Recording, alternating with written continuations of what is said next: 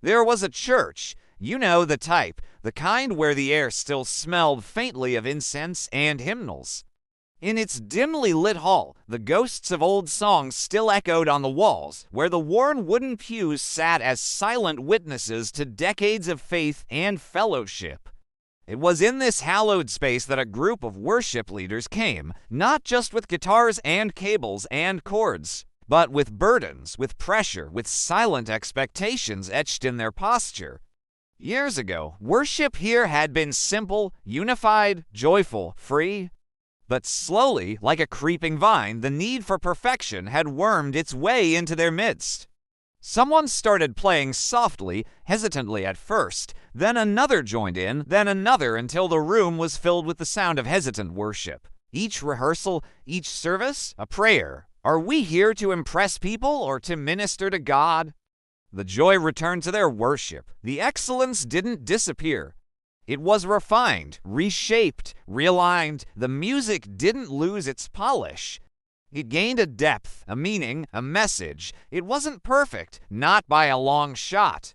There were missed cues, awkward pauses, voices that faltered. That worship is not a performance, but a response. A response to the grace that undeservedly flows to us, to the truth that sets us free, and to the one who is always worthy to be praised. What adjustments do you feel led to make in your own life? How can you ensure that your walk with Christ is not just about the performance, but about the presence? Because worship isn't just a stage, it's a throne room. And the audience doesn't matter, unless, of course, the audience is one, but there was also a freedom, a rawness, a vulnerability that had been absent for so long. Eyes that once lifted up in praise now looked sideways, comparing, performing, measuring. No microphones, no set list, no chairs. Just a circle, a Bible, and silence. They sat, some uncomfortable, some resentful, some confused, and she read John 4. Let's ask ourselves, are we here to entertain or to minister? And may our music, our worship, our lives reflect the truth that we know. 24. God is spirit, and those who worship him must worship in spirit and in truth. As she looked at them, she saw a flicker of recognition, a stirring in the silence. Their ministry was no longer by surrendered hearts, but by stage lights. In the quiet of her study, Pastor Grace wrestled in prayer. She couldn't bear to see her team, her family, sacrificing the very thing they were called to, worship. Presence had become tension, and the joy of praising God had been measured by the quality of their performance. Rehearsals, once a time of unity, had turned into a battleground of bruised egos and musical one-upmanship.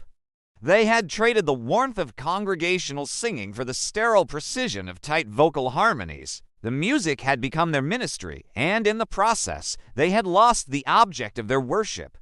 In the sanctuary of this church, something profound had taken place, and so she made a decision. She called them together, not to the music room, but to the sanctuary. That day they didn't sing, they couldn't, but worship happened nonetheless. There was an outpouring of confessions, a release of hurts, a renouncement of pride.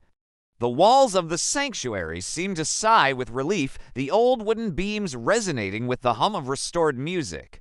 When they reconvened the following week, there was a guitar in the circle. Afterward, someone asked, "Are we here to entertain? Or are we here to minister?" And that became their mantra. Their story is a reminder for us, isn't it? Let's make it our prayer, like David, that our adoration will be pure and will come from a heart of understanding. I want to encourage you today to take time to really listen to what the Holy Spirit is saying to your heart.